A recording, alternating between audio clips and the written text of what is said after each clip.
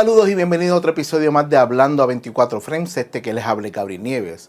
La invitada que tengo hoy es una directora que está de estreno, está estrenando su primera película que se llama Extraterrestre. Tuve la oportunidad de ver Extraterrestre desde bien cerca porque estuve haciendo el making of de la película y de verdad que la película se hizo con un trabajo espectacular.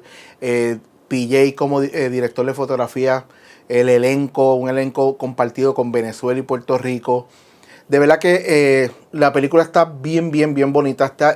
La fotografía está excelente. Una película con un montón de historias en las cuales se entrelazan, bien ambiciosa en su propuesta, pero de verdad que es una película bien bonita, una película que se van a disfrutar mucho.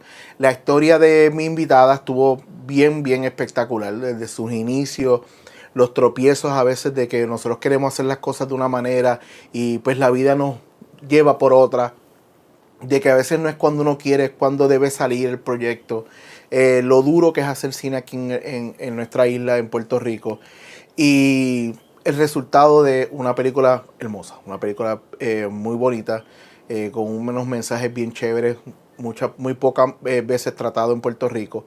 De verdad que espero que se disfruten esta entrevista con mi invitada.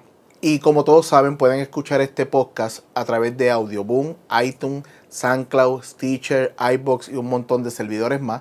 Y obviamente si lo quieren ver por aquí, pues denle en share, denle like, denle a la campanita para que se enteren de los podcasts que voy subiendo. Gracias por el apoyo en las páginas de YouTube.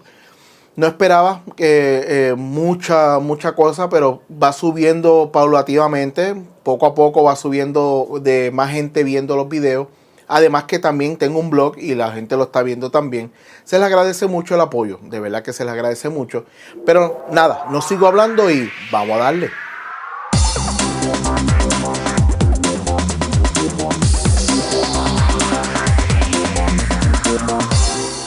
Saludos mi gente y bienvenidos a otro episodio más de Hablando a 24 Frames, que les hable Gabriel Nieves. Un saludito a toda la gente que nos está viendo en YouTube. La invitada que tengo hoy, tuve el placer de poder estar en una de sus producciones, trabajando, haciendo el making of de la película. Y de verdad que lo que conocí ahí, lo que he conocido después, es una tremenda persona. Me encanta su vibra. Y me gusta mucho su estilo, me gusta como su visión en base al cine. Y ahora está de estreno, estamos por estrenar una película. Bueno, los que van a estar escuchando este podcast, ya la película empezó el fin de semana antes. Pero la tengo aquí por fin, nos pudimos sentar a hablar, y es Carla Cabina. ¿Cómo estás, Carla? Bien, y tú, gracias por la invitación y porque se dio finalmente. Que eso es así, ya estaba loco por tenerte aquí y hablar un ratito. Carla, yo le empiezo a todos los podcasts preguntándole a mis invitados, ¿qué hizo el clic en tu vida que tú dijiste, yo me voy a dedicar a esto? Ok, pues es medio cómico porque yo era una estudiante de esas que en la escuela superior, quiero decir, que pasó de grado casi con suerte y que no entendía nada de lo que estaba pasando a mi alrededor, que pues mis papás eran trabajadores y no necesariamente vivían en la universidad, mi papá es italiano, no necesariamente me podían ayudar. Así que en séptimo grado, yo bastante colgada, encontré un maestro, ¿verdad? Que ya murió, el hermano Gonzalo, que me presentó un poema de Luis Palesmato. Y me acuerdo que a mí me fascinó la idea de la metáfora. Cómo él cogía y hablaba de burundanga y de calabaza para hablar de Haití o de Martinica. Y me acuerdo que saqué 100 en ese examen. Y yo estaba, o sea, para que tengas una idea, él llamaba al frente a leer los que mejor habían hecho la redacción de ¿verdad? El resumen de un cuento y los peores. Y a mí me llamaba siempre para que leyera mis inventos, porque a mí no me gustaba leer. Pero yo digo que ese fue un momento bien importante porque ese descubrimiento de la metáfora me llevó a mí a querer escribir. Y como me llevó a mí a querer escribir, me llevó a mí a leer y me llevó a mí a interesarme y a descubrir que yo soy una nerd, que no tuve los recursos cuando niña para ser nerd, pero que con la edad me he vuelto cada vez más nerd. Eso para decir que cuando llegué, Eso está bueno. sí, cuando estaba en 11 decidiendo qué estudiar, pues yo veía mucho en TV, pero no tenía claro que uno podía estudiar cine y eso no estaba entre las opciones del menú aquí en Puerto Rico. Así que más bien, y como yo dibujaba, me incliné hacia las artes plásticas. Y me Ok. incliné hacia las artes plásticas más que la literatura porque me parecían libres las artes plásticas. Me parecía que ahí uno podía hacer lo que te diera la gana. Ujú. Como que sentía Te que quitaba un poco de estructura en cierta manera. como que desde las artes plásticas puedes hacer fotografía, pintura, escultura, inclusive escritura. Y yo siempre fui bastante fan de los libros de arte y de... Así que en la universidad literalmente yo me dediqué a experimentar, a vivir, a estar... Y entonces yo iba a estudiar pintura, pero me encontré con la fotografía en el camino y digo que la fotografía es más parecida a mi personalidad, que soy bien sociable, pero a la vez bien ermitaña. Ok. Entonces la fotografía tenía ese espacio, ¿verdad? En aquel momento que era fotografía analógica, yo podía estar yendo, era VIP porque me invitaban a todo y en primera fila para retratar, me invitaban a las obras de teatro, a las de danza, a las lecturas de poesía y siempre leí poesía también, siempre Ok. seguí escribiendo poesía. Y a la vez estaba el espacio del laboratorio, en donde yo, tú sabes, revelaba mis fotos y Y estaba en, descubrías que había. ajá, y estaba en la soledad. Nada, después me metí en el teatro, experimentando me gustó mucho, Rosa Luisa fue mi maestra, Ujú. y yo le agradezco mucho, quería hacer trabajo comunitario porque me metí en el arte político, pero sentía que quería salir del espacio de la galería, que es como un espacio para los conocedores.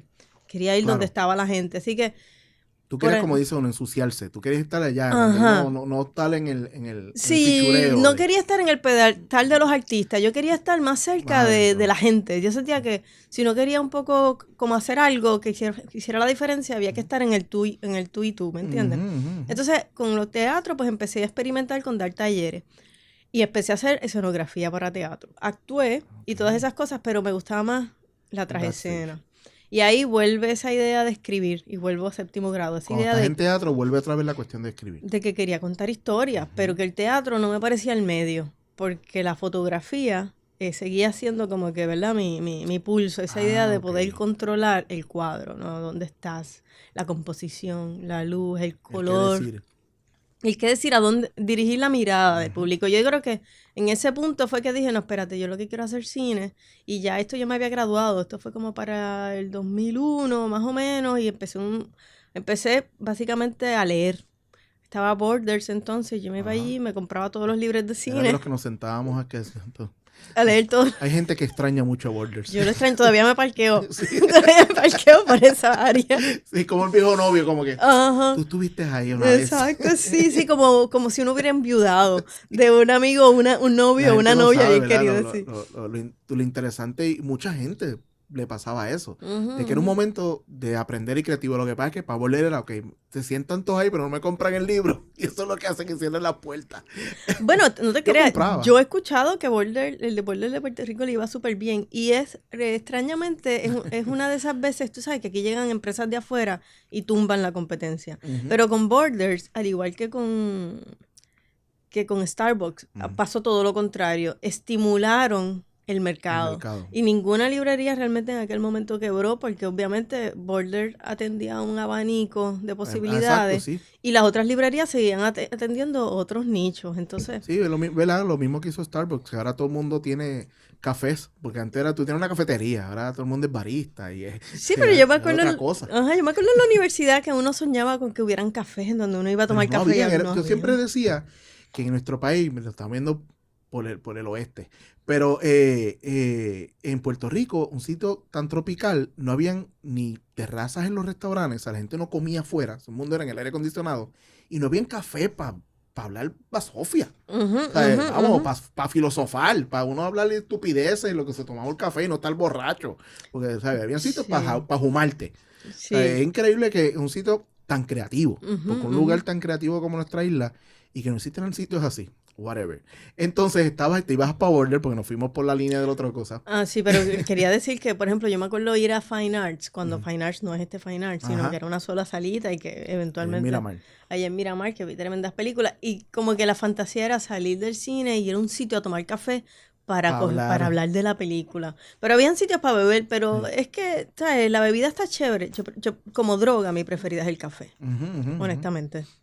Sí, y que es otro vibe, o sea, es Sí, totalmente otra cosa. es Y otro. más si tú quieres vimos una película, vamos a sentarnos a hablar. Jamás y nunca el gritadera de un pop o whatever donde... Sí. Pienso que todavía esos cafés nocturnos hacen falta. Sí, porque ahora se ha dedicado más a lo que es día, tarde. Es verdad, es verdad.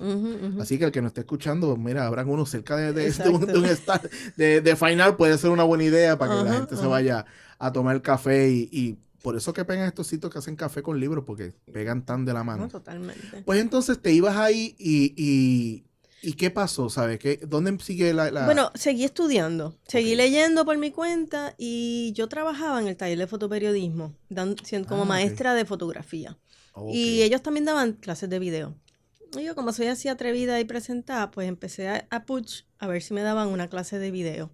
Entonces ahí habían 2 personas claves en mi vida. Uno era Carlos Díaz, que yo lo conocía desde la universidad, que éramos amigos, y Víctor González, que en aquel momento no me hablaba.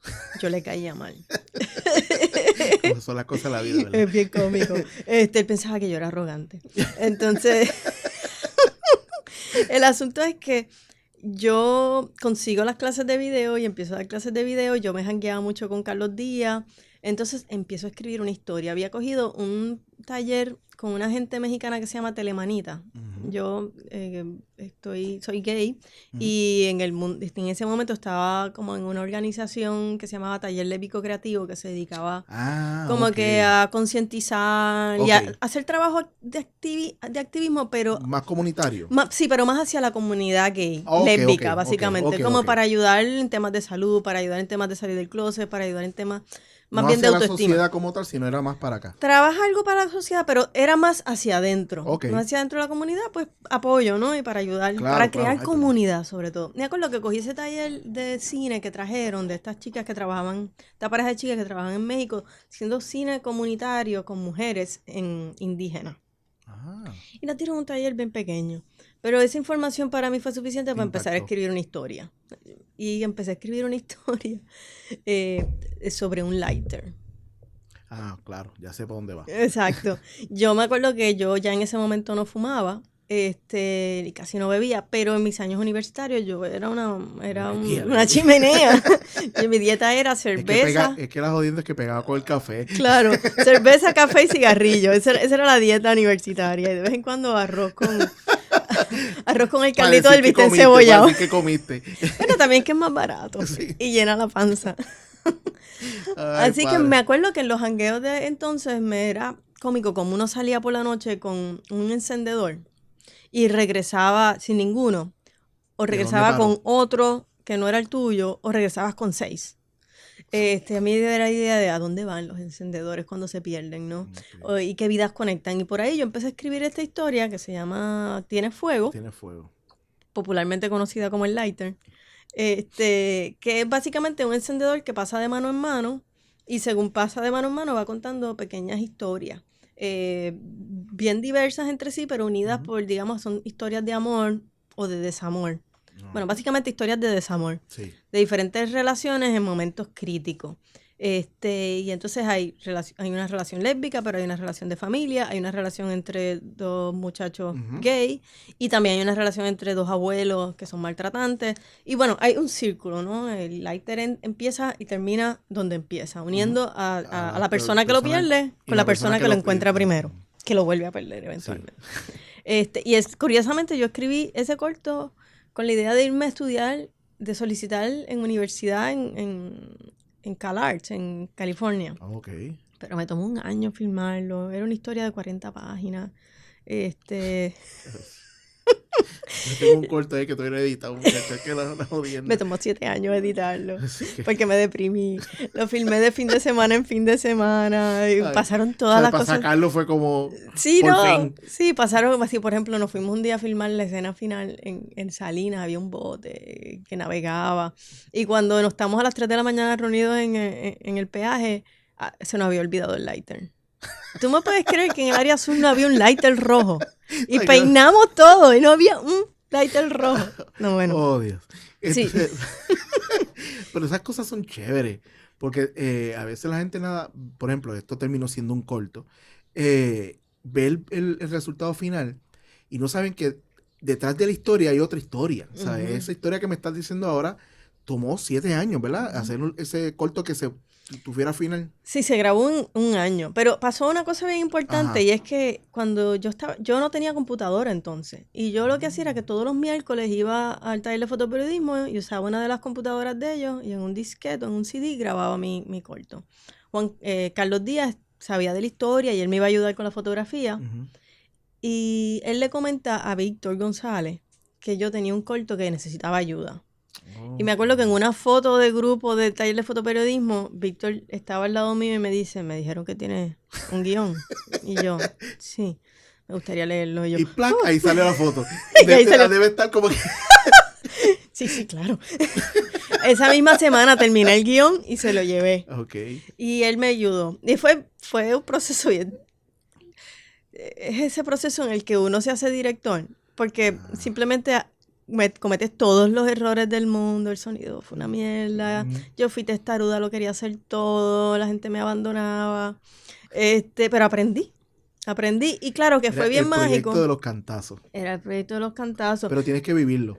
Yo entiendo que toda persona que crea contenido tiene que vivir el momento de los cantazos. Primero para que te enseñes a después apreciar las posiciones, la gente por qué está aquí. O sea, te lleva algo, siempre te lleva algo. Yo pienso que era importante, porque primero que me pulió, me convirtió en directora en el sentido de, yo siento que hay una cosa que es bien difícil de aprender, que es cómo la gente te sigue. Cómo uno inspira uno inspira en los demás, el que quieran trabajar contigo y el comunicar una visión, que yo creo que es lo más difícil, porque no todo el mundo entiende igual. Correcto. Y luego también te enseña mucha humildad, porque ahí uno descubre, exacto, que uno tiene un equipo por una razón, que uno no lo sabe todo. También que otra gente te dé ideas no significa que uno no sabe lo que está haciendo. Sí, que eso es lo que uno toma muchas veces. Lo más difícil para mí de un director es aprender ese discernimiento de saber cuándo decir que no y cuándo decir que sí a una idea, ¿no?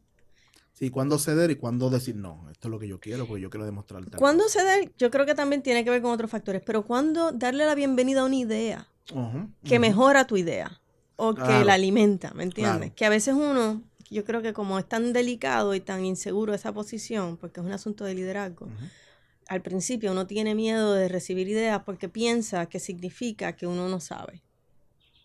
Sí, que te están diciendo que lo que estás haciendo no lo estás haciendo bien. Entonces, y más todavía me imagino cuando el punto de que tú escribes diriges lo que tú escribes. Porque algo que también yo siento que los directores deben pasar es dirigir cosas que no han escrito. O sea, yo creo que es bien importante también para que tengas otro feeling. Pues no es lo mismo cuando sale de tu papel a tu ojo. O sea, aquí hay una línea. Pero cuando llega y te dicen, ok, esto es, y ahora tú le metes tu visión, es otra cosa. Y tú me imagino que también, no sé si te ha tocado escribir algo que otra persona dirija, o todavía no has hecho nunca eso. Bueno, he escrito algo que otra persona dirija. Sí. Que eso es otra química, porque estás soltando el bebé a decir. Yo lo suelto. Y entonces después dices, yo hubiera hecho esto. Empieza esa mente a pelear. Sí, yo tuve esa experiencia y la verdad es que me acuerdo que estaba inconsciente y fui un día al set y estaba viendo una escena que yo me la imaginé de una manera y me fui. Dije, ¿sabes qué? Yo no tengo que verlo, esta película no es mía. Sí. O sea, ya yo hice mi trabajo, ya yo la escribí, ahora que la directora. Le pertenece al director. Exacto, la dirija. Pues entonces, siguen porque la historia está bien buena. Entonces, ustedes dos terminan, Víctor y tú se sientan y terminan. Sí, Víctor básicamente me enseña a producir y me enseña, digamos, con él y con Carlos, yo aprendí que era el cine más allá de escribir, la fotografía y los actores. Yo creo que esa parte yo la tenía clara. Okay. Pero esa parte de cómo armar una producción, ¿sabes? La logística detrás, editar, por ejemplo, Carlos es un maestro de edición y de fotografía y con él yo aprendí un montón. Pero yo creo que lo más lindo de la película, que tardó 7 años en hacerse, es las puertas que abrió. Yo nunca la mandé a ningún sitio ni me fui a estudiar. Pero a partir de ahí se abrió la puerta de trabajar en el proyecto de comunicación. Víctor y yo nos casamos, hicimos el taller cinemático, nos miramos así como que, pero lo hicimos. Aquí puede pasar algo. Exacto. Dudamos, yo creo que los dos fue como que estaremos haciendo lo correcto. Bueno, en algún momento nos enteraremos si hicimos bien o no. Llevamos 15 años 15 juntos, años, así sí, lo que sé. yo creo que no. Y por cierto, ya Víctor estuvo aquí en el podcast, de los primeros podcasts que grabé fue Víctor, la historia es muy buena también. Entonces, pues le meten mano al taller. Exacto, construimos el taller para buscar fondos para la película y con la idea de hacer talleres. Y me acuerdo que ahí se abre el proyecto de comunicación y nos vamos a dar talleres, a hacer talleres comunitarios de cine. Casi por 8 años estuvimos trabajando alrededor de la isla, hicimos más de 20 cortometrajes comunitarios. Básicamente nosotros 3. Que te voy a pedir brevemente que me expliques qué hacía el taller, porque a mí me lo encuentro fascinante lo que ustedes hacen, pero me gustaría que la gente entendiera qué ustedes hacían con las comunidades. Bueno, el taller cinemático, ¿verdad? Es como es de sin fines de lucro y es para desarrollar, y tenía esa idea de ir a enseñar. Entonces lo que nosotros hacíamos era el proyecto de comunicación del Canal 6, básicamente trabajaba radio, TV, TV o cine, periodismo, camisetas y creo que había algo más que no me acuerdo, y fotografía. Okay. O sea, ellos iban con unos enlaces comunitarios a indagar en diferentes pueblos qué quería la comunidad. Y usualmente pues estaban 3 meses antes que nosotros llegáramos buscando esa comunidad, reuniéndolas y diciéndoles, estos talleres están disponibles que ustedes quieren. Okay. Cuando las comunidades escogían cine, pues nos asignaban, nosotros no éramos el único grupo de talleristas, había otros talleristas, ahí estaba Gisela Rosario también, estaba Luis Trelles también, hijo, y estaba también Ariel Anexis, de la gente de Cabeza. Y Chema, de allá de Guayama. O sea, eran varios grupos. Eran varios grupos. El taller cinemático era un grupo, que éramos yo, Víctor y Carlos Díaz. Entonces, nos íbamos, nos asignaban el pueblo y nosotros entonces íbamos para allá. Y nuestros grupos usualmente nos asignaban comunidades que hubieran muchos adolescentes. Interesantemente, porque nosotros como que engranábamos muy bien. Y durante 3 meses visitábamos la comunidad más o menos 2 veces a la semana por 2 horas cada día. Y nosotros hacíamos, y yo creo que es como la base del taller cinemático, que sigue haciéndolo ahora, es que hacemos una combinación de 3 cosas. Nosotros trabajamos la parte teatral, con los ejercicios que yo aprendí con Rosa Luisa de Teatro del Oprimido, que tienen, por un lado, van buscando el liberar a la gente para que se atreva a ser creativo, para soltarlo, y luego para conectar, para hacer como que el grupo vaya entrando en confianza, tú sabes, más rápido, se conozcan y estén listos para trabajar el próximo nivel, que es que entonces hombro trabajar en un grupo hombro con hombro. Y también pues, eso nos ayuda a liberar la creatividad. En ese proceso de liberar la creatividad, entonces esa parte siempre la trabajaba yo, Víctor entonces trabajaba toda la parte de provocar la escritura, de decirle, escriban, tráiganme ideas. Dice, siempre tratábamos de que que todas las ideas se escucharan. Nosotros partimos la premisa que no hay idea mala ni idea. Nosotros le damos valor a todas las ideas. Lo que hacíamos era que íbamos buscando hasta que de alguna manera encontrábamos una historia que recogía la pluralidad del grupo. Ok. Habían grupos que usualmente estaban bien conectados, como por ejemplo un taller que dimos en Lares, que desde el día 1 hasta el día que filmamos querían hacer una película de fantasmas y una película que tratara sobre el embarazo en jóvenes. Sí, estaban bien decididos lo que querían. Y querían filmar en la Hacienda La Lealtad, que ahora curiosamente está remodelada, pero que en aquel momento estaba abandonada. Y eso, tuvimos 3 meses trabajando con ideas y esa idea nunca cambió. Y lo que hicimos fue así es fácil, porque la idea va... Sí, la vas dirigiendo a su punto, ¿no? Para filmarla. Y entonces teníamos el otro elemento, que es el elemento técnico y artístico, fotográfico, que lo cubría Carlos Díaz. Entonces él les daba toda la parte del manejo del equipo, la cámara, la fotografía, el lenguaje cinematográfico. Y íbamos poquito a poco como construyendo esos talleres. Ay, perdón. No te preocupes. Esos talleres mezclados, que yo creo que siempre fue bien fascinante y la gente termina, tú sabes. Por ejemplo, yo recuerdo una participante en Maricao, una señora, una maestra, que en los primeros talleres como que se dormía y tenía la energía bien bajita y de momento hacia el final era un bólido de energía y súper contenta y siempre participando y alegre. Wow. Y fue la que nos consiguió la comida con su iglesia y bueno, yo creo que lo más lindo, más allá de hacer la película, que era bien divertido, esos 3 días que estábamos filmando la película, y que ellos siempre tratábamos de que todo el mundo saliera en la película. Teníamos lo que llamábamos la escena del consejo, que solamente era una escena grupal en donde estaba todo el mundo. Sí, para que por lo menos tengan sus par de minutos de fama. Exacto. Pero yo creo que lo más lindo era ese boost a la autoestima. Por ejemplo, tú te dabas cuenta que en general la gente en Puerto Rico, yo me atrevería a decir, tiene esta sensación de que nada es posible, de que nada se puede, Cierto. de que no tienen las herramientas para lograr las cosas. Entonces, hacer una película es tan difícil en general. Y que ellos pudieran juntarse, unirse, trabajar en equipo, aún con sus diferencias, porque empezando por nosotros, que éramos estos extraterrestres, Claro. que llegábamos, yo con la Tenía cabeza... momento. Imagínate que yo tenía la cabeza rapada y usaba un sombrero verde como de duende. De verdad. Y Carlos tenía un mohawk, así. Sí, de momento. Y, y yo esperando a este profesor y esta maestra. Y Víctor cambiaba su look en cada 3 días, él tenía un look diferente.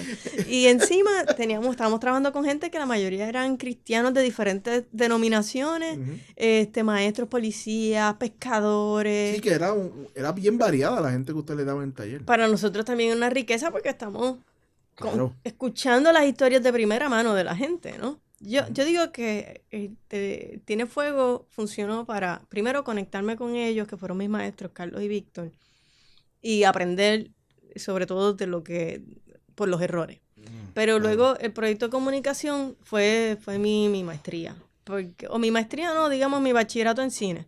La maestría yo creo que ha sido extraterrestre. O el doctorado, quién sabe. Sí. Bueno, quizás la maestría, todavía tengo que aprender. Sí, todavía te queda un poquito más. Exacto. Es que todo proyecto uno aprende muchísimo de cada proyecto. Exacto. Pero ahorita vamos a hablar de la película, pero me encanta que me sigas llevando. Entonces, ustedes tuvieron un montón de tiempo dando talleres. 8 años. Me refiero porque todavía está abierto Sí, lo que pasa es que con uno detrás de otro fueron 8 años. Pasa es que con el proyecto de comunicación era hermoso porque los talleres, a nosotros nos pagaban por ir a dar los talleres. Y entonces íbamos a comunidades, qué sé yo, fuimos a Lares, a Las Piedras, a Aguas Buenas, a Peñuela, Cuamo, Culebra. Básicamente Dorado, fuimos 2 veces a Dorado y uno de los cortos ganó premio en España. ¿En serio? Ajá, ese fue el primer corto que hicimos juntos y se ganó un premio en un festival de cinemedicina en España porque era un corto, era una comunidad eran bien chiquitos y tenían muchos problemas. Todos los participantes estaban relacionados de alguna manera con la salud mental. Había un participante que era esquizofrénico y había otro que la mamá era esquizofrénica. Y de alguna manera todo el mundo por algún lado le tocaba. Y hicimos un corto que era sobre un paciente y su psicólogo. Y es un corto bien sencillo. Ellos no quisieron hacer cámara, ellos querían ser actores. Así que nosotros hicimos. Fue una lección para nosotros 3. Y también fue el momento en que nos dimos cuenta, porque nosotros los 3 éramos, porque obviamente al principio los egos y la lucha de poder entre nosotros era bien fuerte, imagínate. Somos 3 personalidades bien fuertes, éramos los 3. Así que ese corto lo sudamos y nos los peleamos, heavy. Pero en el corto descubrimos lo que los 3 aportábamos y a partir de ahí empezamos... ¿Cuál era la fortaleza? Sí, a partir de ahí empezamos a bajarle hasta encontrar, tú sabes, un punto de respeto mutuo. Así que imagínate, toda la isla, que también te saca de San Juan. Sí, exacto, de lo que conoces todos los días. Te saca del pedestal artístico en donde tú sabes, en donde uno se cree que esto es cool o esto deja de ser cool, porque tú no puedes ir a una comunidad a juzgar como la gente es. Y terminan sorprendiéndote, que es lo increíble de esto. De gente que tal vez tú no pensabas que te iban a dar lo que finalmente te dan con cada proyecto. Ay, ¿Cuántos cortos fueron al final? Como 20. 20 cortos, ¿sabes? Porque lo grandioso de esto no era que tú dabas un taller de bla, bla, bla, sino que había práctica y terminaban viendo un producto final. Y podían tener un producto final de que esto lo hicimos nosotros.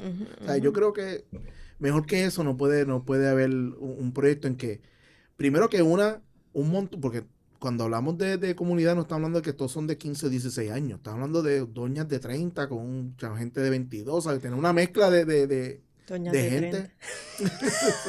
yo tengo 45. Yo tengo 46. Yo tengo 41. 46. Pero sabes que después de los 30 ya somos doños.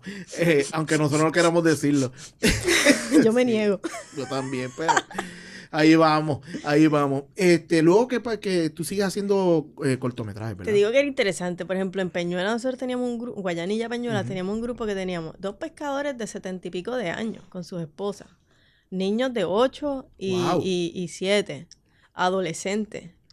Wow, cuánto. Adolescentes rebeldes y padres, los padres de los, ¿sabes? Como que un grupo de como Sí, ya de veo la familia, o cuarentones. sea, de familia. Y me acuerdo que ellos no veían la película porque todos querían contar una historia, uno de pescadores, los otros querían de música, los otros querían de los problemas de las drogas y el Ese alcohol. consenso debe ser heavy. Para ellos era heavy. Víctor y yo habíamos visto la película desde el día 1, porque nosotros podíamos ver cómo los temas tenían puntos de comunes, Claro, ¿no? claro. Pero ellos no las encontraban y nosotros no le íbamos a decir cuál era la película. Eso era parte de que El lo descubran. Ellos descubrieron la película. Ellos descubrieron la película. Y Nice. ellos nos plantearon la película. Y era la película, vamos, que más o menos nosotros. Sí, era como que, vamos, por fin díganos lo que hace rato estamos pensando que van a decir. Exacto. Pero está cool porque ustedes no se lo imponían, porque funciona totalmente diferente cuando tú lo impones. Pero cuando viene de ellos, aunque tú sepas lo que te iban a decir. Sí, es que yo pienso que era lindo el descubrir lo que la gente tenía que contar. Yo pienso que para mí, y cada vez que terminamos un taller, bajábamos, que veíamos la película, que terminamos la filmación. Ajá, Sobre todo cuando terminamos la filmación, que es el momento en donde más uno se compenetra con la comunidad. claro. Nosotros bajábamos llorando casi siempre porque nos daba sentimiento. Porque tú sabes, es difícil que uno pueda regresar. Claro. Porque uno es así, como uno casi no ve a su familia. Claro, sí, es verdad, totalmente cierto. Si uno dice, no, voy a ir a ver a mis viejos este fin de semana, pasa algo y pasaron 3 fines de semana y no los ves. Sí, a mí me... Entonces, menos vas a comunidades que impactaste en un momento dado y al menos que se encuentren. Que era una de mis preguntas. ¿Te has encontrado con gente del taller? O sea, ¿te has tropezado con gente? Sí, todo el tiempo. ¿De verdad? Sí, sí, no, y sobre todo porque trabajamos mucho con jóvenes y muchos de esos jóvenes, algunos se quedaron bien cerca a nosotros y ahora ya, Ah, ya son adultos adultos, con claro. carreras en cine o en música. Por ejemplo, Juan Bota, Ajá, que ajá. canta con Ilé Sí. y que toca trompeta y que es Cogió el actor, taller. él cuando acaba de llegar a Puerto Rico, porque él es argentino, su familia acaba de mudarse, nosotros dimos el primer taller que nos inventamos nosotros, que no fue con el proyecto de comunicación, que fue en la escuela José Julián Acosta. Y él cogió ese taller con nosotros y se quedó de amigo. Ok. Desde entonces, y luego conectó con los amigos de uno y Claro. siguió su rumbo. Ujú, Pero ujú. él fue estudiante nuestro. Es más, Ismael Fernández, el actor ese que está arrasando en Nueva Ajá. York, Sí, sé quién. que yo lo quería en mi película y que se puso... By the way. Anyway, se lo quiero decir de frente. Sí. Él cogió un taller con nosotros, un campamento de verano en el monte. Estábamos 8 días por el monte en Utuado. Y él protagonizó y dirigió el cortometraje que hicimos. Y con ese cortometraje consiguió esa beca en NYU, que fue lo que ¿De eventualmente verdad? le abrió todo, ¿sabes? Le abrió, vamos, básicamente Nueva York. Y no saliste en la película. Por eso nada más tenía que haber dicho, dale, voy para allá. Exacto. Anyway, pero uno se sigue encontrando, pues otra gente que siempre se siguen trabajando contigo. Yo tengo estudiantes que me los llevo a trabajar conmigo, Sí, que en cierta manera termina creándose un medio bonding con algunas personas, ¿no? No se va a hacer con todas. Pero que no es nada más que tiraste la semilla sino que hubo continuidad. Sí, esa semilla crece y después, que era lo que me preguntabas, Ah, cuando el proyecto de comunicación se acaba porque básicamente Fortuño lo dejó no, sí, morir. lo dejó morir. Yo me acuerdo que Víctor Acuérdate que las cosas ponen que tumbarlas. En este país no le gusta Claro, mantenerlas. claro, porque imagínate, Lamentablemente. cualquier cosa que ayude a la gente a sentirse bien Sí, consigo misma no no, puede, no no puede pueden, ser. no pueden seguir. No. Hay que tirarlo, Carla. Que Claro, cada vez hay que que podamos hay que decirlo. decirlo. Además, pero como la hierba mala no muere, Así mismo es. nos reinventamos. Y entonces ahí fue que se nos ocurrió hacer el campamento de verano que llevamos ya 5 Claro. años haciendo. Qué Y fue como ensalada. que, bueno, pues conseguir dinero, yo dije, yo no me voy a meter a conseguir dinero gubernamental porque en verdad es tan drenante. Sí, no quería, ni tampoco quería depender de esa. De ese Así que decidimos, o sea, nos sentamos a pensar, vamos a hacer un taller enfocado en jóvenes que estén pensando o evaluando carreras en el cine o en las artes de alguna manera y que quieran tener un taste. Ahí pensamos de 14 a 25 años, pensando que universitarios también lo pueden Claro. aprovechar y jóvenes de escuela superior. Y que obviamente ellos paguen. Siempre tratamos de buscar becas para asegurarnos que dentro del grupo pues hay gente que pueda acceder, pero gente que Que no tiene los fondos para poder pagarlo, pues que puedan que tener... pueda participar. Ujú. Y llevamos, y ahí lo inventamos, empezamos en la Beckett, estuvimos como casi 4 años en la Beckett, o 3 años, ya no me acuerdo, hubo un año que no se pudo hacer porque no tuvimos la matrícula, y después empezamos a trabajarlo en Sagrado Corazón, y llevamos Ok. 3 años, En Sagrado. llevamos 3 años en Sagrado, sí. Sí, bueno, sí, yo conozco 3 años. Ah, pues desde el primer día que usted está en Sagrado, yo conozco a ustedes. Probablemente, sí. Sí, porque ahora está el tercero. Sí, 3 Sí, años en 3 Sagrado, años. 3 Y años en antes de la Sagrado. película hiciste el primero, ¿no? No, No, estando yo creo que más o menos no, en ahí. la película En la hice el película, segundo. el segundo. Y antes, pues te pedí 3. Ah, no. No, embuste. Pues tienes 4. La película fue el primero, en postproducción fue el segundo y ahora Ah, ok. estrenando el El tercero. tercero. La Pues película me mira, ocupa. ha estado presente en los Sí, 3 momentos. sí. Y eso es bien lindo porque como esos sí son estudiantes que Que, están bastante enfocados, pues con eso mantenemos todavía claro, más. porque eso sí quieren meterle mano a esto. Y uno se siente un poco responsable. Como que uno siente, viviendo en un país tan difícil económicamente y Ujú. sobre todo para las artes y para el cine en particular, pues uno siempre quiere como quedarse ahí, ayudarlos a conseguir trabajo, conectarlos con la Asociación de Documentalistas, que es como un lugar donde te puedes mantener, no te sientes solo, Claro, tienes una que por familia. algún lado puedas Puedes agarrar. preguntar, nosotros tenemos un chat de WhatsApp que eso es como que, oye, ¿alguien tiene el teléfono de Caribbean Cinema? O ¿cuánto cuesta tal cosa? O alguien, ¿me entiendes? Y de momento tú sientes comunidad, porque tú sabes que si no, uno se siente bien solo en este mundo. Sí, Y sí. así que nada, por ahí. Esto es lo más increíble. Esto es un medio de impactar montones de gente y muchas veces bien solo el ambiente. ¿Cuándo entonces nace? Porque ya habías hecho varios cortometrajes, ¿no? El que dijiste no fue el único. ¿Cuándo nace entonces el decir, ok, voy a hacer la película? Ok, pues yo pienso que los cortos, ¿verdad? Yo hice mi primer corto, que es un mediometraje, dura 35 minutos. Y después de eso fue como un susto, ¿no? Dije, déjame hacer algo más pequeño. Y ahí hice El cielo de los ratones, que es literalmente tres actrices, dos actrices y Pero una también te niña. complicaste, Ah. porque le metiste animación. Bueno, lo que pasa es que era más complicado tener ratones de verdad. Y el productor, que era Freddy Marrero, Ajá. me dijo, Carla, yo te lo produzco si los ratones son animados. Y yo, ok. Y es más, yo creo que le añadió al proyecto. O sea, El guión cambió porque yo dije, bueno, si van a ser animados, pues que se vean animados. No me voy a poner a imitar la realidad porque con el dinero que teníamos para eso, que eran $700, se iba a ver cheap. Así que para que se viera cheap, que se viera, lo agarras a tu que no favor. hubiera pretensión. Claro. Así que Y yo creo que funcionó. yo creo que funciona, le da otra cosa. Totalmente. O sea, yo cuando vi el cortometraje, por cierto, creo que me encantó que no fueran reales. Porque te lleva como, te cuenta mejor la historia, al que no sean reales. No sé, mi percepción. Sí, yo creo que entra como en otro plano más metafórico. Correcto. Pero ese corto, pues, fue como mi intento de hacer ejercicio de nuevo, con la luz, pensando, inspirado un poco en Blue. También en ese momento salió El laberinto del fauno. Ah, sí. Y estos fueron como influencias para ese corto. Y pues, ensayar en un solo espacio, con menos actores, algo más cortito. Y hice otras cosas, en el medio hice mil otras cosas. Pero claro que uno siempre quiere hacer el largo. Claro. Lo que pasa es que yo después de mi primera experiencia, y después de la experiencia de hacer un montón de cortometrajes comunitarios, también aprendí que uno tiene que dominar bien todos los elementos antes de tirarse a una película. Primero porque cuesta más. Uh-huh. Y tú no le puedes pedir a la gente que lo haga de gratis necesariamente. No como en un corto que uno puede, tú sabes. Sí, tirarla. Y se trabaja en menos tiempo. Sí. Y yo creo que es como difícil establecer, pero quizás me acompañó por mucho tiempo, porque desde el 2003 yo estoy pensando en Picú, cómo se va la quiebra y arrullando esa idea de contar ese tema. Luego, después del taller de Cuamo, nuestro último taller de cine, nuestro penúltimo taller de cine, tu visita a Coamo tiene que ver. Sí, nosotros dimos ese taller yo creo que en el 2005-2006. Lo digo para la gente, yo lo estoy diciendo como si todo el mundo supiera, es que se filma en Coamo. La película se filma en Coamo. Yo me enamoré del paisaje de Coamo. y de la gente, porque la gente fue chulísima. Se fue un taller bien lindo y la película fue bien chula. Curiosamente, la película terminaba con 4 jóvenes soñando restaurar el antiguo cine de Cuamo.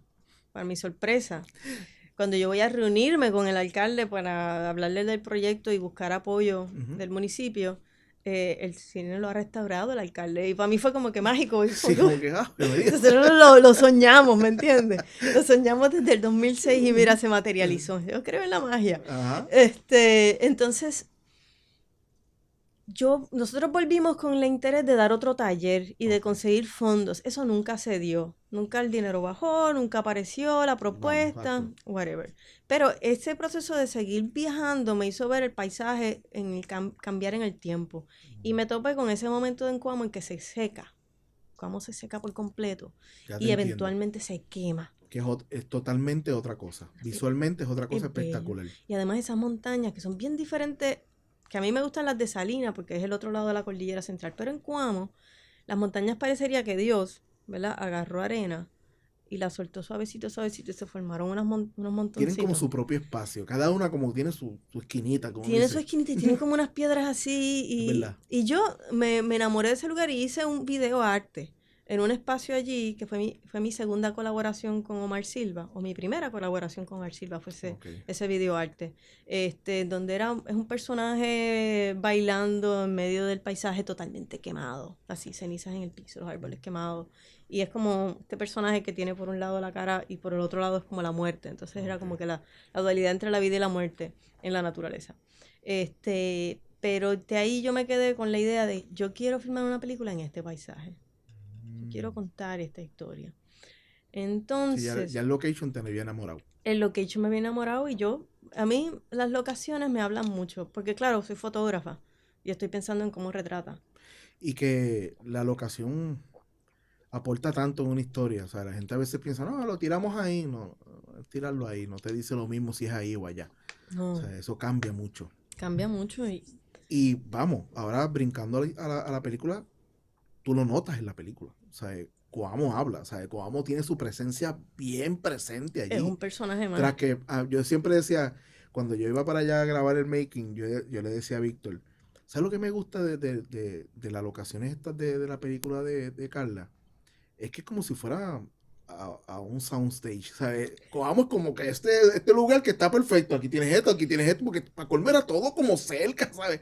Era como, bueno, yo creo que en una sola locación era la más vieja, la más lejos. La más lejos, sí. Pero fuera de eso... Y era dentro de Cuamo. Correcto, pero fuera de eso todo estaba allí, ¿sabes? Era como que tú no puedes ser más perfecto porque era tan fácil de caminarlo y bueno, me fui. Pero la gente de Cuamo es chulísima, tú sabes, siempre tan dispuestos, siempre tan energéticos, siempre tan alegres, tú sabes, que también eso era... y te saca de seguir explotando lo que queda aquí en San Juan, ¿sabes? Está cool de que uses la isla es hermosa, o sea, yo cada vez que una producción se mueve a un pueblo, yo lo encuentro genial, porque, vamos, movemos también una economía ahí. Sí. Pues entonces, llegas allí, te enamoras del área de Coamo, ¿y qué sucede? Bueno, suceden muchas cosas. Yo vivía entonces, yo me mudó muchísimo, o me he mudado muchísimo. Entonces viví casi 5 años en Aguas Buenas. Bueno, el límite entre Guaynabo y Aguas Buenas. Vivía en medio del bosque, en el campo. En la frontera. En la frontera. Todos esos años viví allí. Y miraba mucho el cielo nocturno, las estrellas. Empecé a estudiar un poco de las estrellas para aprenderme por donde tengo una mejor amiga, todavía es amiga mía, pero que éramos entonces vecinas. Yo entro en el vegetarianismo y empiezo como que a hacer panes con ella, ayudarla a hacer panes. Y ella es una nerd, una científica, imagínate, nos encontramos porque podíamos hablar de tantas cosas. Y ella también es una nerd de las estrellas, iba a estudiar física y terminó estudiando ciencias ambientales y después terminó de panadera. Clásico. Cambia. Sí. Pero me acuerdo que hablábamos mucho de las estrellas supernova y a mí ¿sabes? Siempre me fascinó desde la escuela, pero el entrar más en esa idea del crisol donde se genera lo posible de la Tierra. Eso por un lado. Y en ese proceso también, pues, me acuerdo muchos elementos. Yo creo que a mí me gusta contar historias de personas, de familias y ¿sabes? De las relaciones humanas.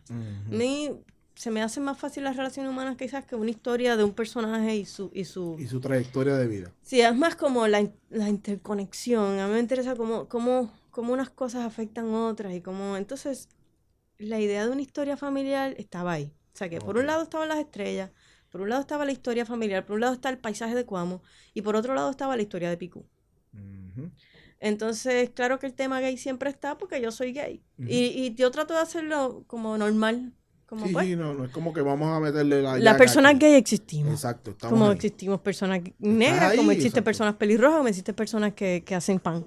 Sí, sí, que estén ahí. O sea, ellos están ahí y brega con eso porque somos parte del planeta. Exacto. Entonces, esas ideas sueltas empiezan como a encontrarse. Como que de momento empiezo a ver la familia en el paisaje de Cuamo. Y de momento descubro, dando otro taller de fotografía en Salinas, descubro las polleras, no las polleras, eran donde criaban los huevos. Las ponedoras.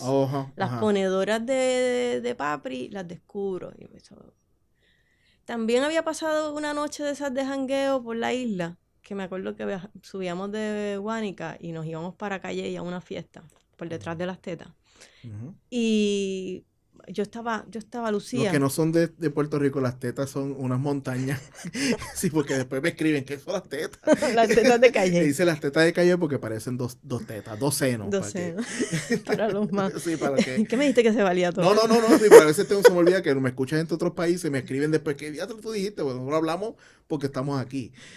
Exacto, bueno, esa noche yo estaba media Lucía y me salí por el sunroof del carro, había neblina y yo tuve esta visión. Yo vi una pollera encendida en medio de la neblina. Y piensa que los pollos nunca duermen porque tienen las luces prendidas todo el día para que se crean que está de día. Ay, coman. El asunto es que yo veo aquella visión y te soy bien honesta, yo vi Close Encounters of the Third Kind. Okay. Esa escena como que... Sí, te sigo. Así, la oscuridad, así, yo dije, wow, esto parece otra cosa. Sí, yo dije, esto es un asentamiento terrestre en otro planeta, fue lo que yo vi. Y ya yo conocía de los pollos porque la esposa de mi papá, su familia es de Cuamo y criaban pollos, así que ya yo había visto una pollera de día, ya yo había entrado a una pollera, ya eso me había como que tocado. Conocías el tema. Sabía que habían muchas en Cuamo. Y empecé a encontrar las polleras abandonadas. Y bueno, ya de ahí me obsesioné de una manera, tal, como que todas las historias se empezaron, o sea, todas esas ideas se encontraron. Y ya ahí me obsesioné y yo voy escribiendo, antes de que la historia se materialice, yo voy escribiendo lo que se me ocurre, ¿no? Vi el final de la película, que lo primero que yo vi fue pues esa escena del niño soltando los pollos. Yo sabía que ahí terminaba la película. Obviamente no, y después hay el epílogo pero yo, mi flecha iba a llegar a ese punto. Era como llegaba ahí. Y también en el proceso, cosas así que a uno le pasa, me acuerdo una noche salí a janguear con unas amigas mías que tocan música, que salen en el video de Macha Colón, porque que son estas mujeres lesbianas que sí. Está buenísimo. Me lo tripé bien duro. Y por ahí viene uno de Alegría Rampante, de la otra canción que viene ya mismo, quizás la semana que viene. Es tan diferente ese video. Es como que tú no te esperas que sea un video así. Y yo tengo que hablar con Carlos. Qué bueno que lo tocaste, se me había olvidado hablarlo. Sí, ese lo dirigió mi compañera Stephanie Stoddard. Pero tú tiraste la cámara. Yo hice la cámara, Y lo produje. Hice todo lo... Anyway, me acuerdo que fuimos a esta actividad en la número 1. Porque para entonces todas vivíamos por esa zona. Por los montes de allá. Y ellas iban a cantar. Era un grupo que se llama Junte Necesario. Iban a cantar. Bendito, la cantante se suicidó hace este año. Ok. Anyway, la quería mucho. Sí. Coño, pero... Sí, pues esa noche iban a cantar en esta barra. Bueno, era este negocio que por las noches, que unos martes al mes o unos jueves al mes se convertía en esta bohemia de gente cincuentones para arriba. Que era la mamá del dueño, que tenía como que este convete de doñas que se paraban a cantar y a leer poesía. Que está cabrón. Eso está fuera, eso está buenísimo. Fue bien divertido. Me imagino que lo pudiste ver. No, yo le encanto. Te digo que me acuerdo que mis amigas se molestaron y se fueron, porque había que hacer una fila para que te tocara el micrófono y tenías 2 turnos. Y había un montón de gente en fila. Entonces tú ibas, hacías tu pieza, y volvías para la fila para atrás. Entonces era surreal, porque por ejemplo, la mamá, la señora, que ella era la que manejaba los turnos, ella cogía los turnos que le daba la gana. Y me acuerdo que en un momento agarró el micrófono y dijo, voy a leerles un poema, voy a recitarles Río Grande de Eloísa. Y a mitad del poema se le olvidó. Y paró. Y se sentó. Pero cuando como 2 turnos después se acordó y terminó el poema. O sea, había un guitarrista sentado cerquita de la tarima que le ponía música a todos los poemas de todo el mundo. Y estaban los viejitos y las personas histéricos porque le ponían... Bueno, Coño, eso nada más es una película. es una película, obviamente. Yo me acuerdo que mis amigas, después de su primer turno, dijeron, ay, nos vamos. Y yo me quedé sola toda la noche. Yo me quedé hasta el final. Te digo que terminó con un cantante que se había ganado el OTI, que no me acuerdo el nombre, que tenía un vozarrón. Ajá. Que al final de la noche cerró la noche cantando y se quedó con aquello. Entonces la luz era... No es Tañón, ¿no? No, era un hombre. No, pues Tañón, pero está el Tañón que era gordo y después fue flaco. Era gordito. Ah, pues debe ser ese. Y como una nariz así. Ah, pues debe ser ese, sí, Pues sí. sí, Que yo ganó no sé. Loti, que ganó Loti. Y ganó Loti. Sí, Yo, que tiene un vozarrón brutal. Estaba por ahí, estaba allá, estaba ahí. Estaba allí. Es que yo me di cuenta que ese era un espacio. A mí lo que me pareció hermoso y que yo creo José que... Juan Tañón, creo que se llama. Fíjate, No sé, no me voy a acordar. Ajá, entonces, pues lo chulo era... Bueno, para mí lo mágico de aquel espacio y que esa idea se me quedara en la mente y yo trato de verla, eso es lo que es Genoveva, de alguna manera. Para mí lo mágico de allí, claro, yo vengo de hacer trabajo comunitario, así que lo puedo ver. Claro. Era ver a estas personas mayores que se niegan a ser viejos, ¿me entiendes? Que se niegan a quedarse en sus casas aburridos, que se niegan a soñar. Yo también trabajé muchos años dando talleres, y en aquel momento trabajaba dando talleres a envejecientes en centros comunales, en centros de envejecientes. Y los envejecientes íbamos con guitarra y al final el taller terminaba ellos cantando. Y me parece tan bonito. Es que a mí me gusta la humanidad. Sí, porque son comunidades que la sociedad los mata. Pero ellos tienen una vida y tienen una energía que la gente piensa, Dios, cuando te das cuenta cuando te involucras con ellos. Qué cool, de verdad. Y que todos vamos para allá. Sí, claro, es que la gente piensa que no sale. Vamos, la gente no quiere pero deberíamos todos querer llegar allá, porque si no significa que te fuiste antes. Está chévere de que estas cositas claves te fueron creando lo que hoy en día es extraterrestre. ¿Sabes? Entonces, dale de allí, llévame hasta que esto está... Bueno, yo me quedo con esa historia, me fascina. Y obviamente en mi libreta escribo, la mamá canta en este espacio. Obviamente mi película ya es bastante ambiciosa en los temas. Sí. Así que yo no podía entrar a describir tanto ese espacio. Claro. Y me quedé con algo más sencillo de que ella simplemente... Pero yo creo que la esencia está ahí. Una mujer que se niega a aceptar que la sociedad la descarte. Una madre que se niega a dejar de ser mujer. Porque yo creo que esta cosa de ser madre a veces es como un sacrificio de ser mujer. Y cuando digo mujer, digo de ser persona, punto. Tú sabes, de vivir, de tener... Sí, no nada más de... Sí, te entiendo, que continúa la vida, o sea, vamos.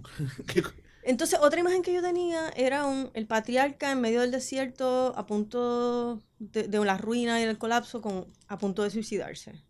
Que se encontraba con este hombre que estaba huyendo, que terminó siendo el mecánico. No quiero dar spoilers, ¿verdad? Sí, exacto. Pero esa escena del mecánico y Andrea, eso también siempre, ¿sabes? Fue una escena que yo no sé de dónde salió. Pero eso estuvo también ahí bastante presente. Inclusive había muchas, en algunas versiones del guión hay muchas más escenas de esa relación entre ellos dos. Pero obviamente se volaron en canto. Claro, sí, no. El personaje de Teresa, que fuera astrofísica, fue lo último que llegó realmente. Yo siempre pensé que por ahí arrancaste. No, yo como venía de la experiencia del teatro, yo primero la había pensado como que era teatrera. Y como ser teatrero, en verdad es ser bien outcast dentro de tu familia, porque tu familia no lo entiende. Pues por ahí iba a ser una teatrera. Y el niño siempre estuvo igual que la escena de un niño montando un pollo que está muerto. Esa idea, o sea, esa fue de las primeras escenas que yo escribí cuando empecé en un taller de escritura con Mala Hierba. Inclusive actuamos esa escena y todo. Pero con el tiempo, y ahí viene lo que pasa después, yo tenía estas ideas sueltas y en un punto empiezan ya a hacer una cosa bien concreta. Te empiezan a hablar. Sí, ya yo digo, yo sé por dónde va esto. Entonces ahí surge la oportunidad de participar de un taller con Rafi Mediavilla de mesa de escritores. Okay. Porque yo tenía susto de sentarme a escribir un guión de largometraje, no es lo mismo. Claro. Así que solicitó el taller, pero para solicitar había que hacer una sinopsis. Y ahí yo hice la sinopsis de la película. Que es básicamente más o menos la misma sinopsis que hay hasta ahora. Lo que pasa es que se añadió el tema de la estrella, digamos. Ok. O embuste, yo creo que ya en ese punto yo había escogido que fuera... No sé, yo creo que el tema de que ella fuera astrónoma fue se fue definiendo justo antes del taller o durante el taller. Ok. Pero ya estaba bastante cerca, o sea, ya estaba a punto de ser. Pero ese fue, yo creo que, es más, sí, fue antes del taller, porque fue en el punto en que yo me di cuenta cómo unía todas las Todas las historias. historias. Porque Ok. claro, que aunque lo de la astronomía llegara último, mi acercamiento a las polleras siempre fue como si fueran como si fueran asentamientos espaciales. O sea que ya el tema espacial estaba ahí. Estaba ahí. Lo que pasa es que todavía no había encontrado ¿Con qué lo amarrabas? con qué lo amarraba. Igual que ya estaba ahí que Teresa y el niño se sentaran a mirar las estrellas en el techo de la casa. Eso Ok. siempre estuvo ahí. O sea que porque yo miraba al cielo y había ese contacto con el cielo. Pero claro, atreverme a proponer que fuera astrónoma, porque yo no soy astrónoma. Claro, entonces entrabas a otro campo. Entraba en otro campo. Que fue bien divertido porque estudié. Aprendiste Aprendí. aprendiste del mundo porque hablas de cosas bien específicas en la película. Ajá. Entonces, coges el taller y ahí terminas el guión. Básicamente, y el taller ese fue buenísimo. La verdad es que Rafi es tremendo maestro. En el taller era de mesa de escritores, así que una vez que te aceptaban, te daban la beca para participar del taller. El taller era de 1 año. Y luego tú hacías un pitch de tu historia y se hacía una votación y se escogían 5 y se hacían 5 mesas de escritores. Mi historia fue una de las que cayó en esas 5 mesas. Okay. Y cuando tú ves que el crédito dice mesa de escritores, esos nombres que salen ahí, era la gente que estaba en ese taller y estaban en la mesa. Ok. Ya yo tenía toda mi historia definida, pero en ese taller trabajamos los personajes. Digamos Empezaron a trabajar las profundidades las y profundidades de los depurar. personajes. Y también fue bien rico, por ejemplo, es que no sé si decirlo porque es un spoiler, Sí. pero la casa parroquial Ajá. sale de eso. Eso fue una aportación del Que lo verán después, lugar. pero está genial. O sea, son de esas cosas que dices, coño, qué cool. Qué cool, porque la película es un punto bien, bien clave también y súper interesante, lo están diciendo desde el principio. Entonces, ok, una cosa es que ya tengas el guión, pero como muchos guiones se pueden quedar encabetados. Ujú. O sea, ¿cómo tú lo llevas entonces a producir la película? Yo soy obsesiva. No duermo. Una vez que una idea se me mete en la cabeza, hasta que yo no la termino, no paro. Entonces, eso duró 1 año. Yo me acuerdo que yo les dije a ellos, porque nos enseñaban, había que registrarlo. Yo les dije, yo voy a hacer esta película. Así que la voy a registrar a mi nombre porque, ¿cómo se dice? Pero ustedes cuentan que su crédito va a estar ahí. Así que, a partir de ese momento, estuvimos todo ese año. Al final del año probamos a escribir juntos, pero eso no resultó. Así que yo escribí el guión sola, en 1 mes y entregué al taller y sometí a otro taller en Madrid, en donde me cogieron. Ese año, yo, ¿verdad? Uno tendría que hablar de la vida personal también. El proyecto de comunicación se había acabado.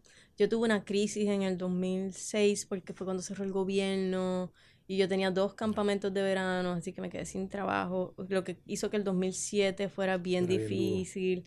Yo traté de grabar El cielo de los ratones y el día que íbamos a grabar, 2 días antes se enfermó el nene de Tania, la protagonista, y tuvimos que suspender, pero una vez que tú montas toda esa energía, si suspendes, se acabó. Sí, cambia todo. Yo me deprimí muchísimo, estaba bien pelada, estaba viviendo en el campo y me dediqué a editar Tiene Fuego. Estuve 1 año editando la película, resolviendo todos los errores que cometí, problemas de audio y qué sé yo. Y yo lloraba mientras editaba. Algunas escenas. Y fue bien loco porque terminando la música de esa película y el sonido, me llega que yo hacía 2 años había sometido para conseguir dinero para El cielo de los ratones. Ajá. Y nada pasó. Y ya yo estaba como que pues me voy de Puerto Rico porque esto no va para ningún lado. No tenía chavo. Y entonces me dan dinero para el corto. Y someto a este taller y me aceptan. Y entonces, pero como yo llevaba ya 1 año casi sin trabajar y viendo la tarjeta de crédito, me fui a vivir a casa de mis hermanos, que es la casa de mis padres. Y estuve 1 año, que trabajé muchísimo, hice 1000 cosas y estuve en ese taller escribiendo, pero ese año yo no pagué renta ni nada, ahorré todo el dinero y el próximo año, cuando ya yo tenía mi guión, no trabajé tampoco. Y me dediqué a escribir, a reescribir. Ahí me fui a investigar más de PICU, más a fondo. Ahí me dediqué a leer de astronomía. Y sometí a Madrid, me aceptaron. Me fui 2 meses a Madrid a escribir. Visité Islas Canarias, Tenerife, vi los observatorios y me enamoré de aquel paisaje. Y dije, yo voy a filmar aquí. Hice esa locación sale en la película y está espectacular. Sí. Espectacular. Sí. Yo desde el 2009 establecí una relación con el Observatorio de Islas Canarias hasta el 2015 que fuimos a filmar. Yo todos los años por lo menos un email les mandaba como que para explicarles dónde estábamos. No nos visité en el 2011 de nuevo, cuando fui buscando coproductor. Nada, después de eso yo sometí mi propuesta a Ibermedia Desarrollo y gané Desarrollo. Ah, ok. Ya, exacto, ya ahí regresé y estaba bien mal económico. Y tuve que coger el primer trabajo que encontré. Pero que me conectó con un par de gente, fue chévere. Fue un buen... Vamos, está bien chévere que la gente lo escuche, porque a veces la gente oye, que está haciendo películas y tienen esta película ellos de que todo el mundo está así glamoroso, y está todo el mundo con billetes y no sabe todo lo que se debe para poder tirar esto al medio. No, yo literalmente ese año viví casi con 8,000 pesos. El año que me dediqué a escribir, sí, yo tenía una dieta... Bien, siempre lo mismo. Bien balanceada, lo mismo todo el tiempo. Apenas salía. Porque tenía el dinero de la renta, hasta saqué el dinero del banco para no verme tentada a usar la TH. Okay. Y salía tenía un presupuesto así. O sea, que tuviste que estirar el peso bien duro, todo por la visión de la película. Todo por la película. Cuando ya tuve que volver a trabajar, pero ya tenía mi guión, ya me sentía más... ya habías adelantado unos pasos que tal vez estuvieras trabajando en aquel momento, no salían. No salía, porque es que le tienes que dedicar. Hay una cosa monástica de escribir. Uh-huh. Porque como escribir no es como me dice Alex Santiago. Dice, el que dice que le gusta escribir miente. Porque escribir es horrible, yo lo odio. Y yo me acuerdo que la primera vez que me lo dijo me chocó, pero me dice, pero piénsalo, Carla, tú la pasas bien cuando escribes. Y la verdad es que uno sufre. Escribir es un proceso bien angustioso porque... Uh-huh. Cuando uno se sienta frente a la computadora, tiene que pelear con las voces que dicen, estás perdiendo tu tiempo. Nunca vas a encontrar el dinero para hacer esta película. A nadie le va a gustar. O sea, tú escribes literalmente como ignorando.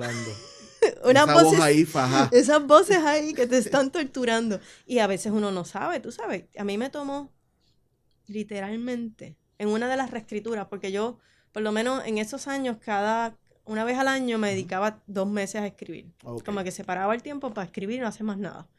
Y una de esas reescrituras, porque de los personajes más difíciles de trabajar fue la relación de Teresa y Prakriti, y Daniela, la compañera, porque es una relación que pasa por Skype.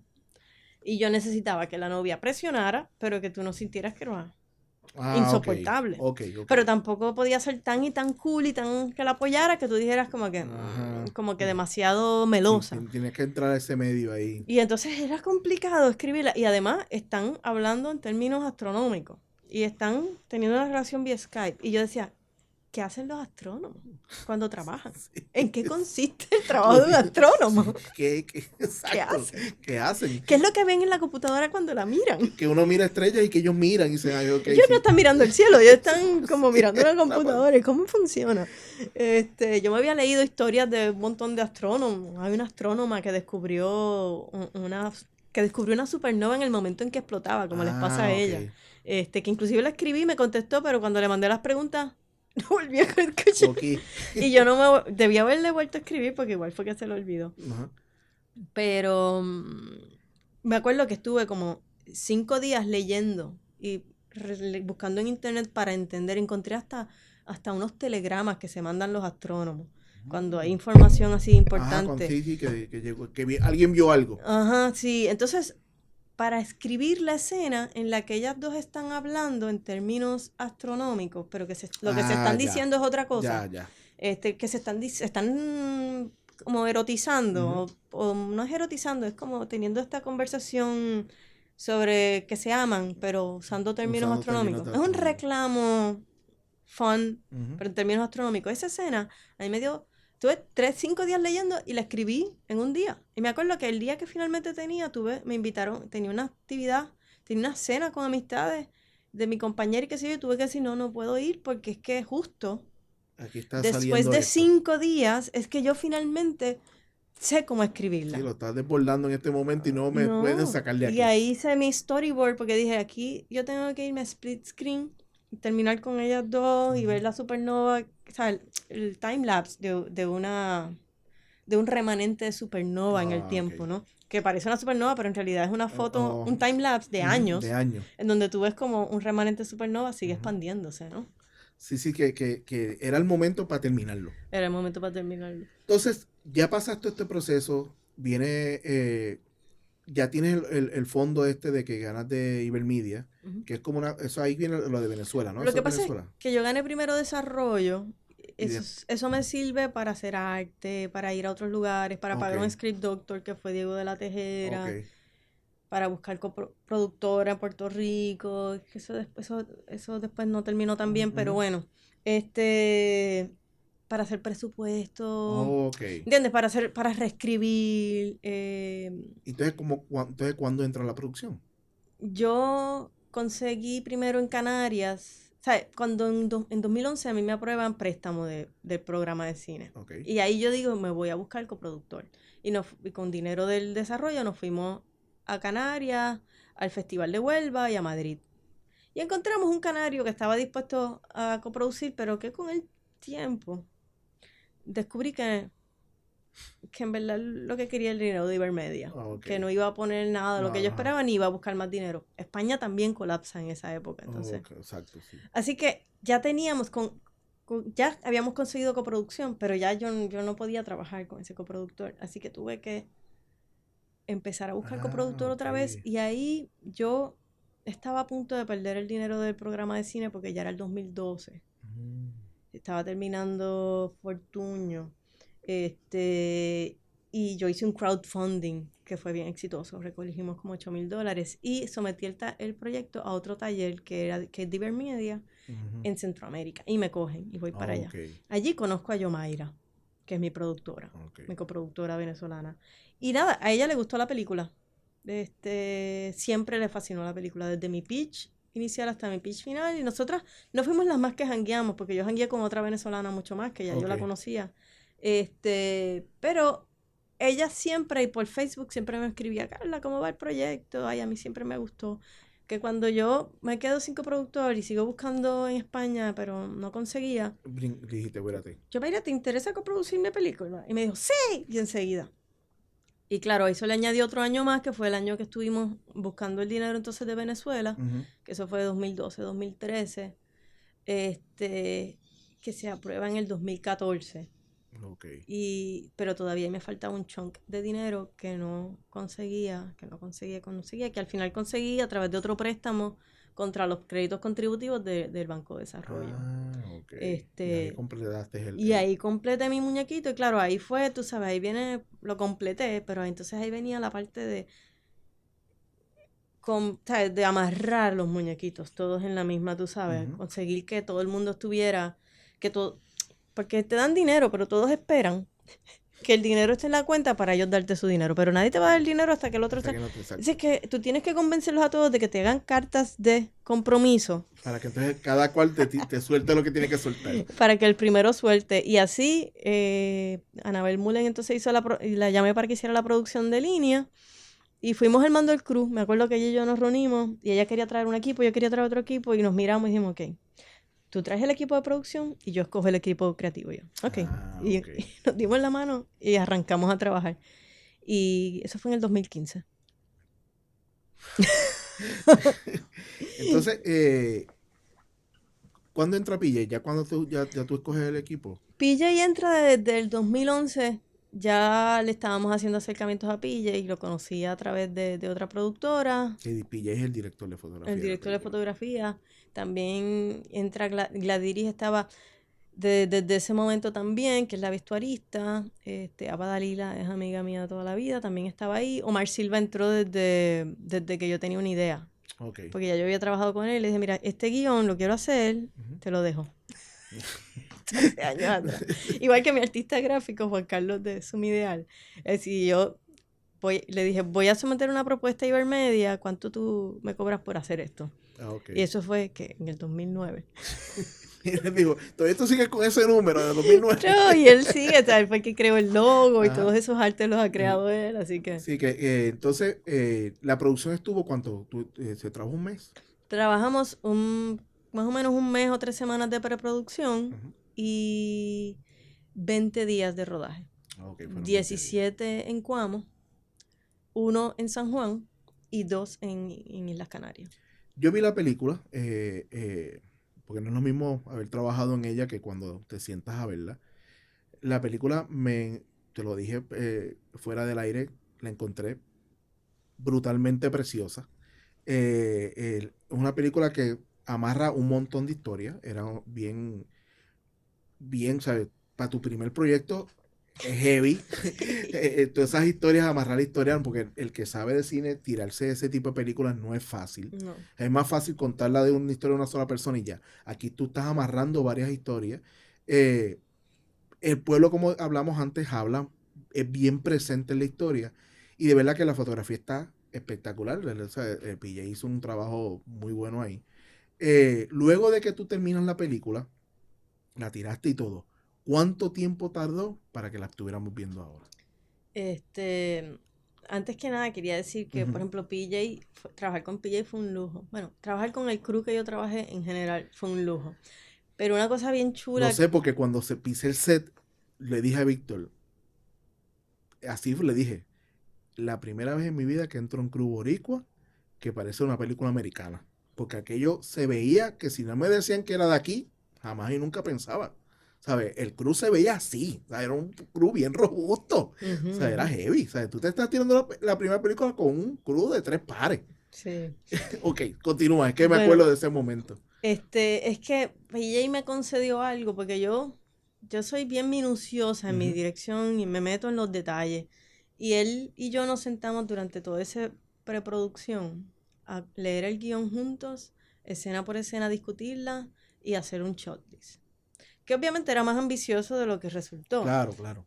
Pero ahí salieron tiros bien importantes que si hubiéramos improvisado probablemente no hubieran salido. Aportaciones de él bien nítidas. Y también esa lógica de saber de quién es la escena. Cuando estamos filmando, si vamos a tener que descartar tiros, ¿cuáles no se pueden descartar? ¿Quién es tu personaje principal? Tú sabes. Esa conversación tiene que haber sido buenísima para la película. Fue buenísima y yo estaba sin voz. Yo estuve toda la preproducción. De enferma, que yo soy muy ansiosa. Sí. tengo que manejar el estrés mejor. Y soy muy apasionada y como que... Bueno, después que terminamos de rodar... Pero tú sabes que se nota, cuando están filmándola, se nota porque la comunicación tuya y de PJ era de un matrimonio que se miran y se saben lo que se están diciendo. Así lo veía yo. Nosotros no hablábamos. No, o sea, era como que, esta gente está bien planchada. Sí, nosotros llegábamos al set, él empezaba a poner cámara, yo miraba así, yo miraba el shot, yo tenía mi shotlist ahí, miraba lo que él tenía el cuadro y ya, por eso te digo. Solamente una vez me acuerdo que él puso la cámara en un sitio y dice, no, es de este lado. El resto del tiempo... La conversación fluyó. No, por ejemplo, ¿te acuerdas la escena de las hermanas cuando ella está ensayando? Esa fue la primera escena que yo grabé en el making. Esa escena, que es a través del espejo, eso se escribió, eso es nuestro shotlist, eso se pensó desde el shot. Sí, no fue que vieron allí el espejo, vamos a hacerlo así. Es que por eso es que lo chévere de haber trabajado juntos es que nosotros llegamos al set y sabíamos pedirle entre los dos. Él sabía pedirle a su crew y yo sabía pedirle a mi crew y estábamos planchados. Igual que, por ejemplo, las escenas del niño, y esas fueron más difíciles por muchas razones, por el acting head que dio problemas, pero esas tomas del niño desde arriba, ese énfasis, eso surge, ¿sabes? En algunos momentos yo lo había planteado, pero otros momentos los planteó él. Claro. ¿Entiendes? Y sí, fue un lujo, y yo agradezco que yo soy una directora primeriza. Y yo hice un corto con él antes como para como para tener un taste de que era trabajar con él. ¿Te conozco? Nos conocemos. Nos conocemos. Porque, pues, uno es mujer. Y ya yo he tenido la experiencia de que no te respeten. Y yo quería estar segura que trabajaba con alguien que me respetaba y que respetaba mis decisiones y que no me dijera que yo no sabía o me estuviera enseñando a hacer las cosas. Sí, porque a nosotras todo el tiempo los hombres nos están enseñando a hacer. No, mira, porque es que se hace. Y tú como que, carajo. Sí. Y si meto las patas, que se joda. Exacto. Es mi problema, ¿me entiendes? En última instancia. Que el director meta las patas, pues claro. Es mala del director. Exacto. Así como si el sonidista mete las patas, es mala del sonidista, ¿verdad? Pero con las mujeres tienden como que a, no, para que sepas que se hace así. Que al final, yo siento que es un aparato de control, porque al final están, a través de eso, están haciendo lo que ellos quieren. Claro. Y en ese sentido, PJ nunca, ¿sabes? Me cuestiona, porque tampoco es que uno le diga que sí. tú quieras y ya. A mí me gusta el cuestionamiento, pero que sea un cuestionamiento de respeto. Claro, tiene que venga con un bagaje de una base de por qué me estás preguntando. Así que eso fue bien lindo, trabajar con él y que él, ¿verdad? Se sentara conmigo. Yo creo que también él se disfrutaba el guión muchísimo y se reía solo con las escenas. Sí, lo vi. ¿La edición se hizo aquí o se hizo en Venezuela? Porque yo sé que empezó en un lado y terminó en otro. Sí. Yo no sé y la colorización, ¿los colores se hicieron aquí o se No, mira, la edición es un tema escabroso. Sí. Digamos que yo participé bastante de la edición. Sí, I know, por eso lo estoy brincando un poco. Sí, no, vamos a colorización. No creo que debamos hablar de ese tema. Anyway, digamos que en proceso, ¿verdad? Ajá. La edición tardó en total 9 meses. Digamos que en los primeros 4 meses se monta el primer draft. En diciembre más nada se hizo. Se miró ese draft con un grupo como de 15 personas bien diferentes que yo armé para recibir feedback. Claro. Y en enero retomé la edición. Okay. En abril se cerró el corte. Se cerró. Yo estaba en Venezuela, cerré el corte en Venezuela. Yo viajé en marzo a Venezuela con la idea de empezar toda la postproducción final, pero los efectos especiales le faltaba tanto que en realidad no podía. Y by the way, quedaron después. Quedaron espectaculares. Sí, quedaron espectaculares. Hay una estrella que tú dices, se ve feca. O sea, no hay una estrella que se vea feca ahí. Sí, eso fue Jesús Barrios. Hay que decir que se votó en las peores condiciones porque mira que Venezuela está en una situación económica. Esa era otra cosa. Está pasando por unos momentos que trabajar con un país que está con tanto problema de la comunicación debe ser media problemática. Era problemática, fue difícil, pero mi productora en eso, tú sabes, ella y yo, no sé, nos comunicábamos de una manera que podíamos ser totalmente honestas sin ofendernos. Podíamos hablar y podemos ir al grano, hablarnos literalmente para decirnos y siempre estaba conmigo, tú sabes, me apoyaba. O sea que yo me sentía que ella estaba en mi esquina. Así que me sentía, y aunque pasamos momentos bien difíciles, nosotras nunca, o sea, nuestra relación siempre estuvo ahí. ¿Me sigue? Y eso ayudó a que pues... A que fluyera. A que sorteáramos los obstáculos de comunicación, los obstáculos del país, los obstáculos, pues que el cine es como la vida y peor en volumen máximo. Obstáculos tras obstáculos. Y yo creo que el que lo logra es el que sabe, o el que se queda en este campo, es el que aprende a entender que los obstáculos son simplemente retos que hay que solucionar. Exacto. Que uno se pone en la disposición de, si las agarras personales, moriste. Sí. Así que él se votó, pero entonces, claro, yo estoy allá en Venezuela, nosotros vimos la película con el distribuidor venezolano en la sala de Gustavo González, que es el diseñador sonoro, y me acuerdo que ya yo suponía que había cerrado mi edición, y esa noche, ese día viendo la película ahí, yo dije, ese final, yo cambié el final. Y todavía a veces tengo ganas. La última vez que la vi con usted dije, fíjate, ahora se me ocurre otro final. Anyway. Nunca me había pasado. Pero me acuerdo que yo llegué al apartamento, que me estaba quedando en el apartamento del Elba Escobar, que ya estaba en Miami y me lo prestó durante ese tiempo. Y me acuerdo que puse la alarma a las 5 de la mañana porque por la mañana ya yo había entregado mis bobinas para la corrección de sonido. Y para imagen y para corrección de color. Yo me levanté bien temprano por la mañana antes de que me vinieran a buscar para entregar lo que faltaba y arreglé la última, o sea, edité 2 cosas más de la bobina final y algo más, me acuerdo, otro detallito. Y fue básicamente, tú estabas el día que tirábamos los pollos al vacío. Sí, Esa escena que todo el mundo murió con la toma y era espectacular. sí. Pero confundía. Todo el que veía la película entendí, ¿sabes? Siempre me hacía una pregunta Que te tocaba. bueno, que chocaba porque la gente no entendía bien. La gente siempre se confunde entre si los pollos que murieron eran sus pollos o...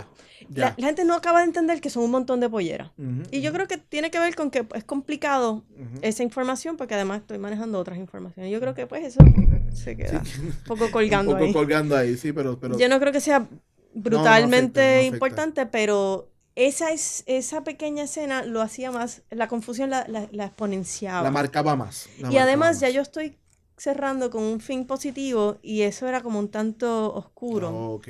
con un dolor en el alma porque es una escena espectacular, la corté.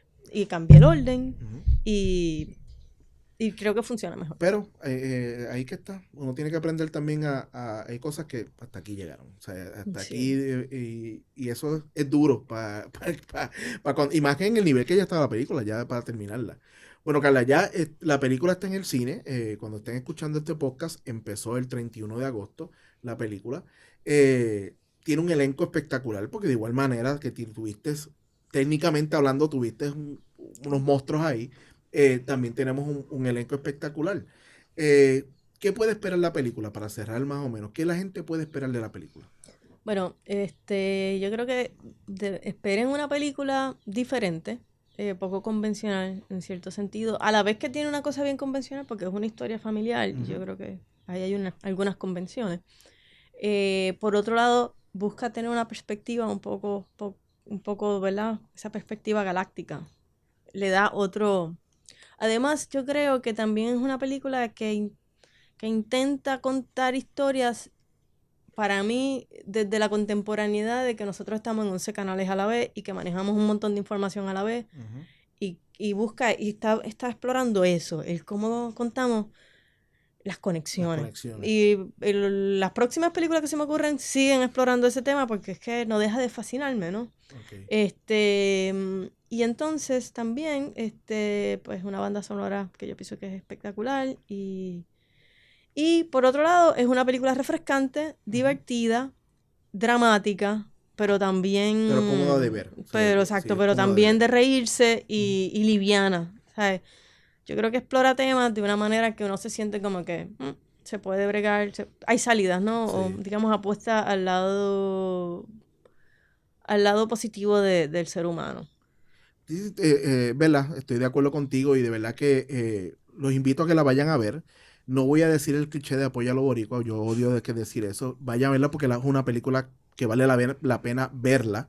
Eh, y deseo lo mejor que la vea mucha gente, Yo espero que, también. vea, que la vea Tengo mucha una gente, deuda. Gracias. y que sigas haciendo cine. Yo pienso que tienes un buen ojo, me encanta tu estilo y sé que tienes muchas historias por contar y me encantaría poderlas ver algún día. De verdad, Carla, muchas gracias por estar aquí, dedicarte un ratito a hablar, que ya ves que es un buen rato. Gracias por esta oportunidad y por esta conversación tan divertida, en Qué verdad. chévere, de verdad Gracias por que qué darme el bueno, espacio para hablar. qué bueno que te encantó, de verdad que sí, Sí, ya sí. sabes, para cualquier otra nos sentamos y hablamos de nuevo. Mira, Dale. esto es un recuerdo para toda Yeah, la gente que me visita, pues le doy ese pin de hablando a 24 frames para que te acuerdes de que pasaste por aquí. yeah. Bueno, Carla, gracias mil, de verdad. A Ya ti. saben, Extraterrestre ya está en las salas de cine, la pueden ir a ver, vayan ahora mismo, si terminan este podcast, arranquen para allá, si la próxima tanda la van a ver. Sí, y si están en otro país, pendiente a los festivales, Ah, ok, porque está yendo mucho a festivales gay y a festivales latinos. ok. Y también pueden visitar nuestra página de Ah, Facebook, dame las redes sociales, perdóname. extraterrestres, separado, extraterrestres en Facebook. También tenemos una página web que es soyextraterrestre.com. Y también estamos en Instagram, que es Soy Extraterrestre también. Y en Twitter, que es ET la película. Y por ahí nos pueden seguir, sobre todo en Facebook, yo creo que es la más Donde activa. más información Van a ver los trailers y la página web en donde pueden ver ya como que la sinopsis. Y ahí saldrían las fechas si están en diferentes países, en algún festival. Sobre todo en Facebook, ahí salen las fechas. Ok. Por la página web nos pueden mandar emails, eso sí. Ok, perfecto. Pues ya saben, por Facebook ya saben, para que puedan ver las fechas como tal, si van a estar en el país que nos están viendo en este momento. Nuevamente, Carla, gracias mil. Y que se repita, de verdad. Por favor. Bueno, mi gente, hasta aquí otro episodio más de Hablando a 24 Frames. Y como siempre les digo, toda vida es una película. La única diferencia es que no todas llegan al celular. Bye bye.